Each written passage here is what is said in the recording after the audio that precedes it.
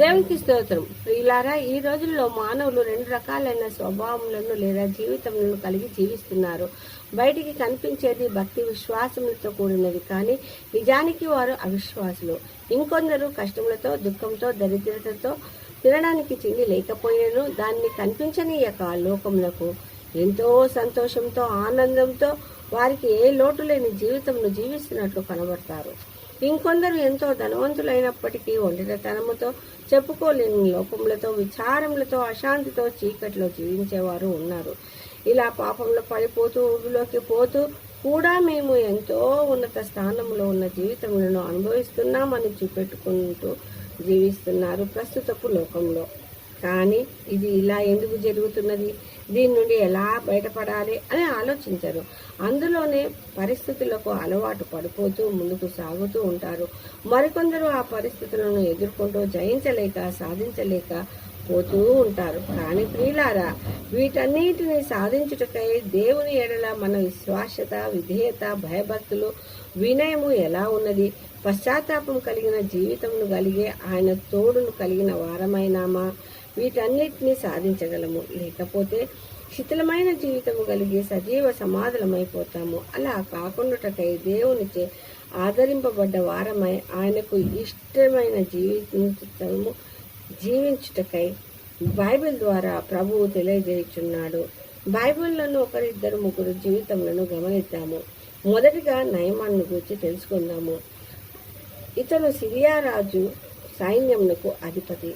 యజమాని దృష్టికి గనుడై దయ పొందినవాడు, మహాబలవంతుడును, పరాక్రమశాలి, యుద్ధవీరుడు. ఇతను ఎక్కడ యుద్ధము చేసినను ఓటమి అన్నది ఎన్నడూ ఎరగని వాడై సమాజంలో మంచి పేరు ప్రతిష్టలు కలిగిన గొప్పనైన మంచిదైన జీవితంను కలిగి అందరిచే గౌరవించబడుచుండెను. ఇది అందరికీ తెలిసిన జీవితము.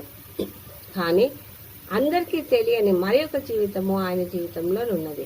అదే ఇంటి వద్ద ఒంటరితనంతో కూడిన దుఃఖమైన జీవితంలో కలిగి ఉన్నాడు. ఎందుకంటే అతనికి ఎవరికీ తెలియని భయంకరమైన కుష్ఠవ్యాధితో నిండి ఉన్న జీవితము.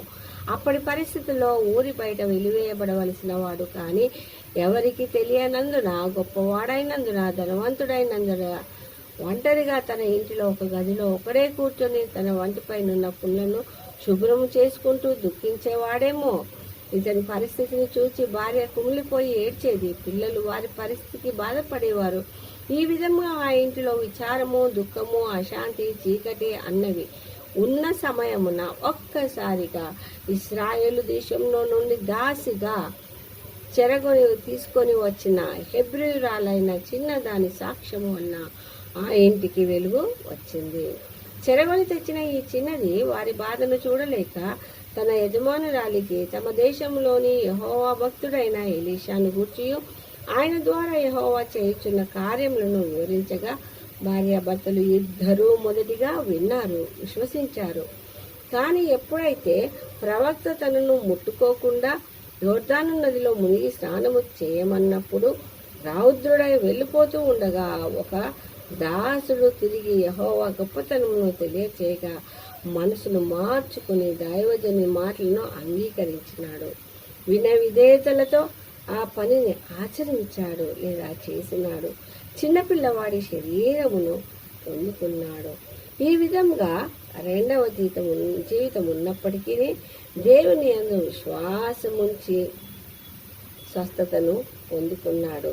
అదే విధంగా పొట్టి చక్కరయ్య జీవితంలో కూడా లోభముతో, పాపముతో కూడిన క్రూరమైన, కఠినమైన, దయలేని జీవితమును వదిలివేసి పశ్చాత్తాపంతో కూడిన పాపమును ఒప్పుకొన్న యేసయ్యను ఇంట చేర్చుకొని వెలుతురుతో ఇంటిని నింపుకున్న, ఇంటికి రక్షణను తెచ్చుకున్న జీవితమును కలిగి జీవించాడు. అయితే ప్రియులారా, విశ్వాసమును కోల్పోయి పశ్చాత్తాపముతో పాపక్షమాపణ అన్న జీవితము లేక సజీవ సమాధి అయిన సంసోను యొక్క రెండు రకాల జీవితాలను మనకు తెలుసును.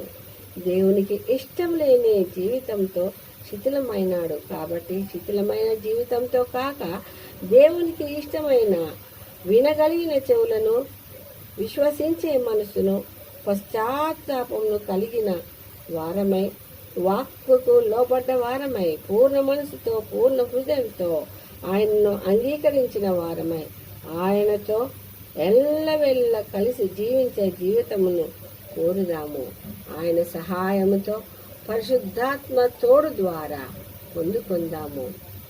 ఈ కొద్ది వాక్యమును దేవుడు దీవించును గాక. ఆమేన్, ఆమేన్, ఆమేన్.